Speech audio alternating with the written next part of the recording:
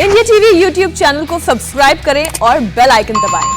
और रात के 10:08 हो रहे हैं। 100 से ज्यादा शहरों में नाइट कर्फ्यू शुरू हो चुका है। थोड़ी देर पहले प्रधानमंत्री और मुख्यमंत्रियों की मीटिंग हुई, इसमें बड़े फैसले लिए गए। फिलहाल संपूर्ण लॉकडाउन नहीं होगा, कोरोना कर्फ्यू चलता रहेगा। प्रधानमंत्री ने आज कोरोना से लड़ने का प्लान बताया। वायरस की सेकेंड वेव कैसे डरा रही है, इस रिपोर्ट में देखिए।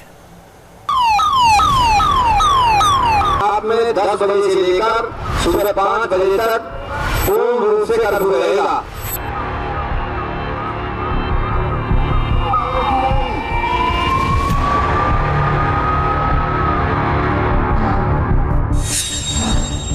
दिल्ली में नाइट कर्फ्यू, मुंबई में नाइट कर्फ्यू, पुणे में नाइट कर्फ्यू, लखनऊ में नाइट कर्फ्यू, नोएडा में नाइट कर्फ्यू, गाजियाबाद में नाइट कर्फ्यू, भोपाल में नाइट कर्फ्यू, एमपी के सभी शहरों में 60 घंटे का लॉकडाउन।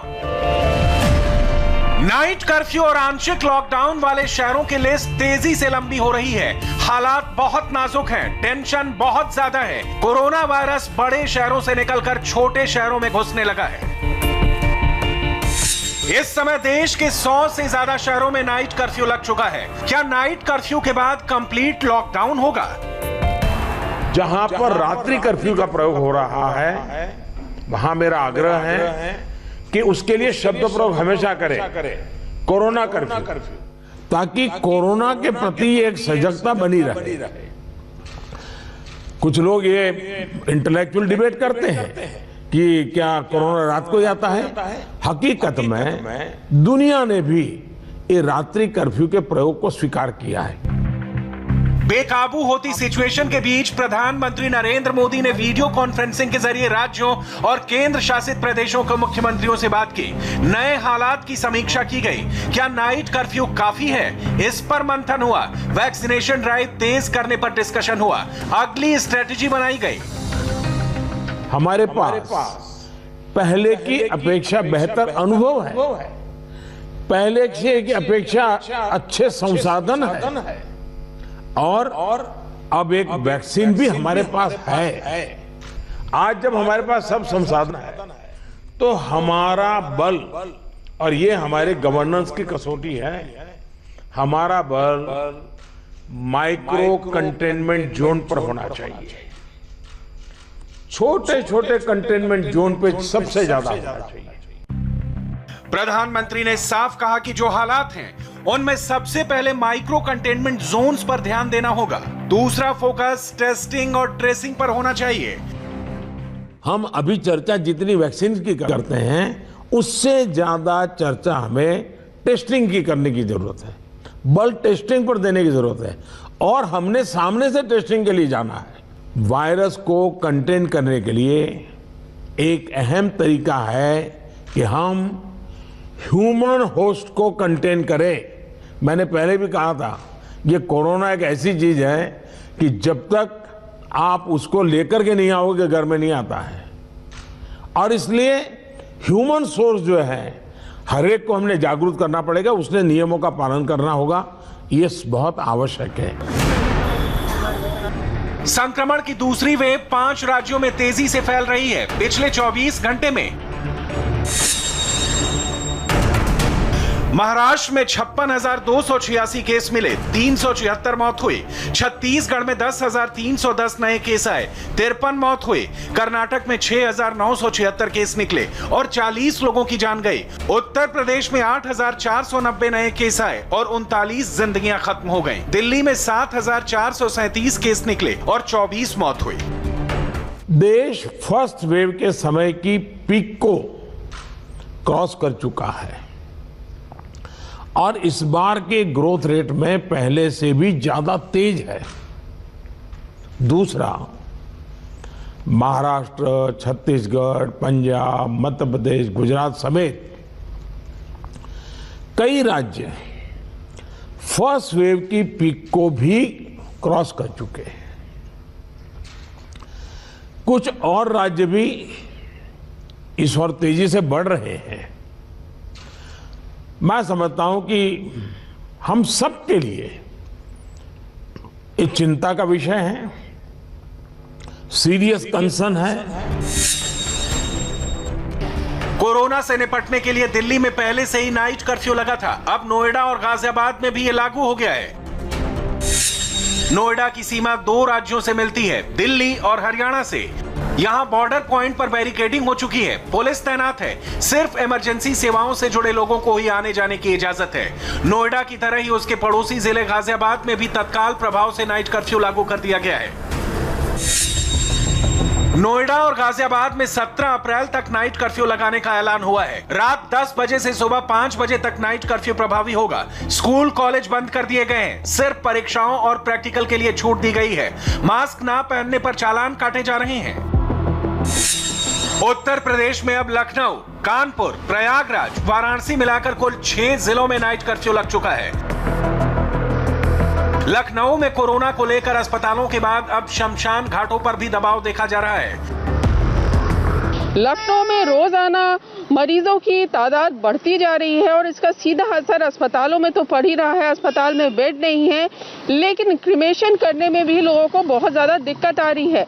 ये लखनऊ का बैकुंठ धाम है।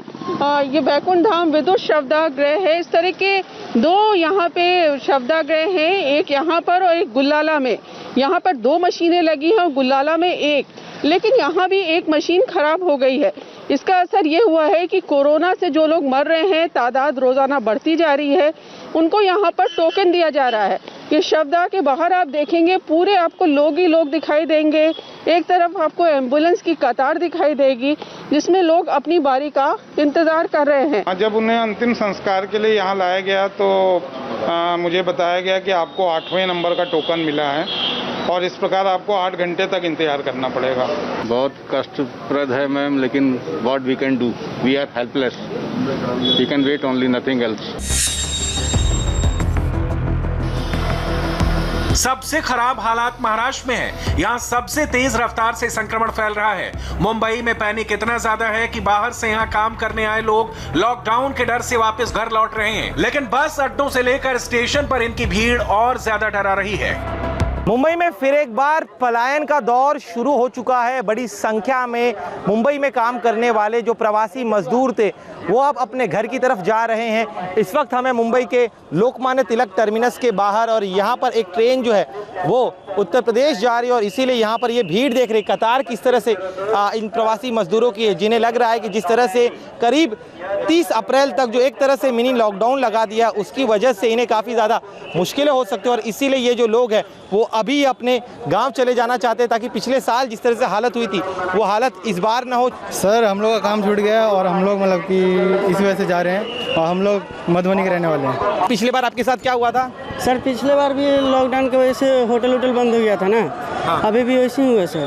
अच्छा, अभी भी आपके पास कोई काम नहीं है या फिर आप एहतियात के तौर पे जा रहे हैं? काम नहीं है सर। घर छोड़ने का फैसला किया है? हाँ, तो क्या करें, इधर लॉकडाउन लगने वाला तो क्या करेंगे।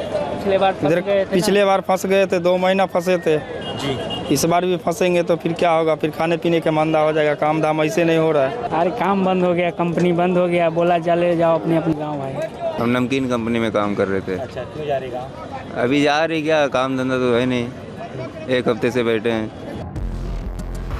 डर यह है कि कहीं मुंबई, पुणे और नागपुर से लौटते लोग वायरस के सुपर स्प्रेडर न बन जाए। लगातार लोग बिहार लौट रहे हैं। इसे देखते हुए पटना रेलवे स्टेशन पर सभी यात्रियों का कोरोना टेस्ट हो रहा है। सुबह ट्रेन से पहुंचे 14 लोग कोरोना पॉजिटिव निकले हैं। अब देखिए, ये कतार में जो लोग आपको दिखाई दे रहे हैं, इन सबों का कोरोना टेस्ट होगा। रैपिड टेस्ट के जरिए सबों को ये देखा जाएगा कि कोई इसमें पॉजिटिव तो नहीं है और जितने भी यात्री आएंगे, खासतौर से मुंबई से आने वाली ट्रेनों के हर यात्री का टेस्ट होगा। जितने भी यात्री आएंगे, हालांकि इसमें वक्त लगेगा, बहुत परेशानी भी होगी, लेकिन एक एक करके सभी यात्रियों का अब टेस्ट होगा और जो इसमें से पॉजिटिव होंगे उनको यहाँ से भेजा जाएगा। जो आइसोलेशन सेंटर बने हुए हैं वहाँ पर भेजा जाएगा। हर दिन 1000 से ज़्यादा पॉजिटिव केस मिल रहे हैं, जिसमें अकेले पटना में 500 से अधिक केस हैं और ये स्थिति जुलाई 2020 में थी पटना की और वो आंकड़ा, वो पीक जो है हमें अब दिखाई दे रहा है। वायरस की स्पीड और पेशेंट का आंकड़ा तेजी से बढ़ रहा है। पिछले 24 घंटे में देश में कोरोना के 1,26,789 केस मिले हैं, जबकि 685 लोगों की मौत हुई है। पिछले साल महामारी शुरू होने के बाद से यह अब तक पहली बार है जब एक दिन के अंदर इतने लोग संक्रमण की चपेट में आए हैं। ऐसा लग रहा है कि सेकेंड वेव वायरस के पहले प्रहार से ज्यादा भयानक है। दूसरे राज्यों ने भी कोरोना के बढ़ते केस देखते हुए सख्त एक्शन लिया है। एमपी के सभी शहरों में शुक्रवार शाम 6 बजे से सोमवार सुबह 6 बजे तक कंप्लीट लॉकडाउन रहेगा।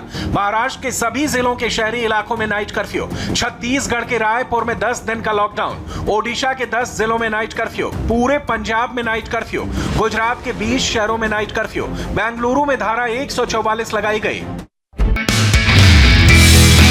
नमस्ते, मैं हूं मीनाक्षी जोशी। वीडियो और खबरों से अपडेट रहने के लिए India TV YouTube channel subscribe करें, बेल आइकन दबाना ना भूलें। जुड़े रहें इंडिया टीवी के साथ।